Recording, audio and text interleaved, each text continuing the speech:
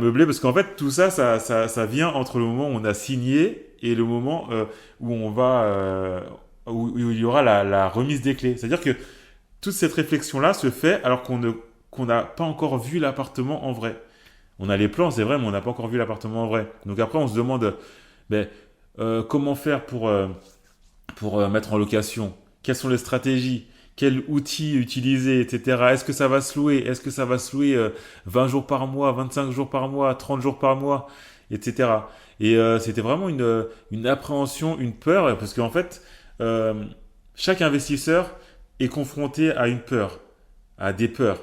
Parce que on peut pas investir sur quelque chose qu'on ne connaît pas totalement ou quelque chose qu'on n'a pas fait sans avoir d'appréhension. Parce que l'appréhension permet de cadrer, on va dire, le projet. Donc, ce que j'ai fait, moi, c'est que je me suis formé à la location courte durée. Et ça a été une formation vraiment complète, j'ai trouvé, parce que ça a permis de voir en globalité ce qu'était la location courte durée et que la location courte durée ne se cantonnait pas aux grandes villes. C'est-à-dire qu'on peut faire de la location de courte durée, mais à beaucoup d'endroits. Je vais pas dire partout parce que ouais, j'ai pas à m'avancer, mais dans beaucoup d'endroits. Et les petites villes n'ont pas les mêmes atouts que les grandes villes. Et une petite ville au bord de mer, par exemple, n'aura pas les mêmes atouts qu'une petite ville dans les terres, en région, comme on dit. Mais chacun a ses atouts, chacun a ses forces finalement. Et donc notre ville, la force qu'elle avait, c'était sa polyvalence. C'est-à-dire que il y a des voyageurs qui passent, voilà, et il y a aussi des travailleurs. Et donc il fallait cibler les deux. Donc moi au début j'ai ciblé les deux, même si on me disait qu'il fallait cibler une seule catégorie de personnes.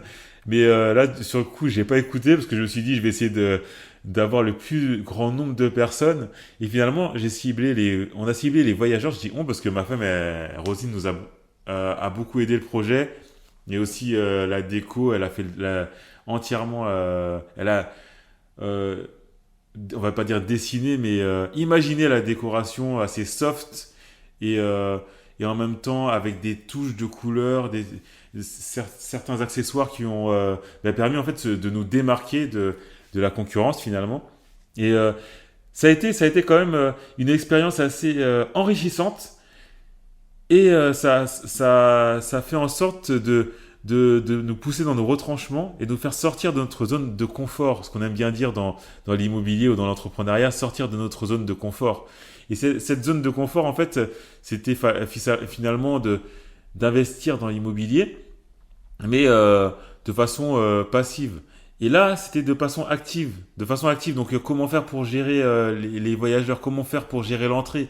Comment faire pour gérer les ménages? Est-ce que je vais faire les ménages seul? Est-ce que je vais demander à une tierce personne de faire les ménages? Est-ce que je vais repasser les linges? Est-ce que je vais mettre mes linges dans une laverie, les reprendre après? Comment faire tout ça? Comment gérer le bien?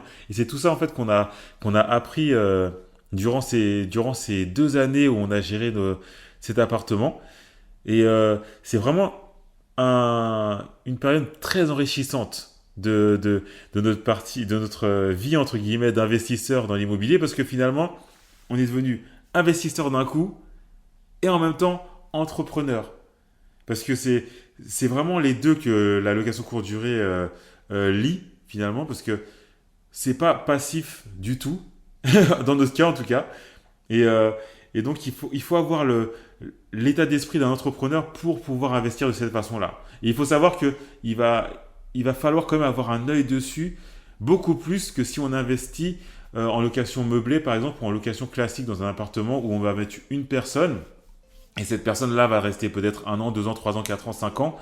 On n'aura pas grand-chose à faire, ne serait-ce que peut-être gérer deux trois soucis, deux trois travaux, mais à part ça, pas grand-chose.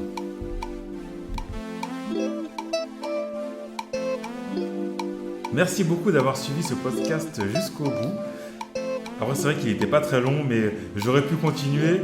Mais sinon, j'aurais pu continuer des dizaines et des dizaines de minutes sur ce sujet parce que c'est un sujet qui me passionne, la location courte durée. Et en plus, comme c'était notre premier investissement, on a beaucoup, beaucoup d'anecdotes. Mais le but n'était pas de vous noyer sous un flot d'informations. Le but était surtout de faire connaissance pour ce premier épisode, de savoir un peu qui vous parle et voilà, de vous montrer un peu la passion que j'ai pour l'investissement, notamment pour l'immobilier, mais aussi pour la bourse. Et c'est vrai que la passion que j'ai pour l'investissement, c'est surtout tourné vers l'immobilier, vers, vers les immeubles, vers les appartements, les maisons, etc. Donc voilà. En tout cas, c'était pour que vous ayez une idée de qui je suis, de la petite expérience qu'on a, Roselyne et moi, dans l'immobilier et dans l'entrepreneuriat, dans l'investissement. Voilà, donc si vous voulez discuter avec moi, rendez-vous sur Instagram. Alors vous tapez KMR Invest, donc KMR Invest sur Instagram. En général, je suis assez réactif. Bon, après, ça peut arriver qu'il y ait 1 ou 2 jours qui passent entre une question et une réponse parce que je vois pas forcément toutes les questions. Mais en tout cas, je vérifie toujours et je réponds toujours aux questions qu'on me pose ou aux personnes qui veulent discuter avec moi. Donc, surtout, n'hésitez pas. Et si vous êtes sur Apple Podcast, n'hésitez pas à me laisser un petit commentaire. Ça m'aidera beaucoup à me développer. Et voilà, et puis je vous donne rendez-vous pour un prochain épisode la semaine prochaine. Et je vous dis bonne journée ou bonne soirée ou bonne nuit. Voilà, ça dépend à quel moment de la journée vous écoutez cet épisode. En tout cas, je vous dis à bientôt.